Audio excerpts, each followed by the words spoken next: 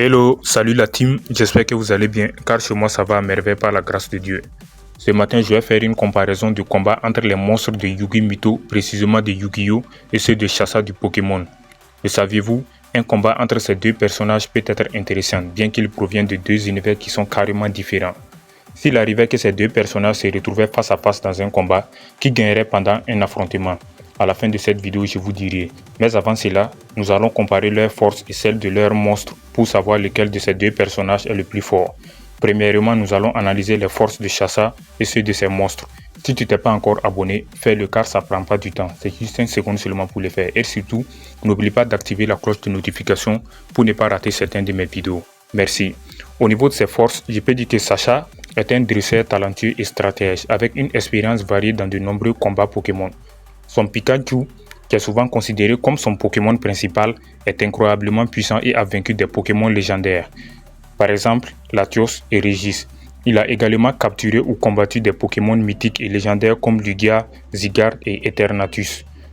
Pour ses monstres les plus forts, je peux dire qu'il y a Charizard, qui est capable de méga évoluer selon des circonstances et de lancer des attaques dévastatrices. Il y a Pikachu, qui a une vitesse incroyable et des attaques puissantes comme Tonnerre et Fatal Foudre. Il y a Greninja As. Il a une fusion spéciale avec Sacha, offrant une puissance et une synergie qui est très exceptionnelle. Il a également des Pokémon légendaires capturés temporairement comme Solgaleo ou Eternatus qu'il peut les utiliser pendant un combat.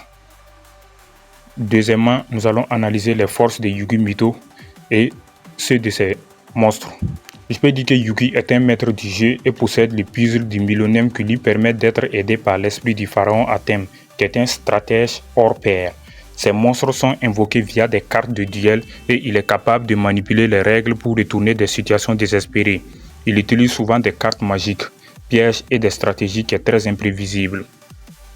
Au niveau de ses monstres les plus forts, je peux dire qu'il possède Exodia l'interdit. Une fois toutes ces parties réunies, il garantit une victoire instantanée et absolue.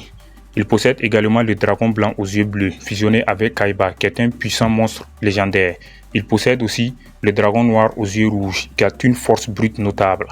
Il a le dragon allié de Ra, qui est un dieu égyptien, probablement son monstre le plus puissant capable de détruire tout sur le terrain.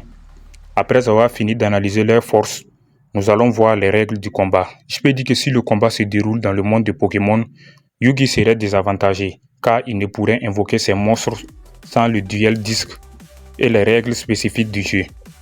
Si le combat a lieu dans le monde de Yu-Gi-Oh! Ou sous forme d'un duel, Sacha ne pourra pas rivaliser avec les monstres invisibles de Yu-Gi, comme Exodia ou les dieux égyptiens. Je peux dire que les monstres de Yu-Gi, comme le dragon allié de Ra, surpassent en puissance brute les Pokémon, car ils sont représentés comme des entités mythologiques quasi invincibles. Cependant, des Pokémon légendaires comme Arceus ou Mewtwo pourraient potentiellement rivaliser grâce à leur contrôle sur des forces fondamentales comme le temps et l'espace. Dans un duel de cartes, Yu-Gi domine grâce à Exodia et ses dieux égyptiens. Dans un combat physique, je peux dire que Sacha et ses Pokémon comme Greninja ou Pikachu pourraient vaincre Yu-Gi lui-même car il n'a pas de capacité physique ou de défense personnelle. Donc en conclusion, je peux dire que Yu-Gi gagne dans un duel structuré car ses monstres sont bien trop puissants par rapport aux monstres de Sacha.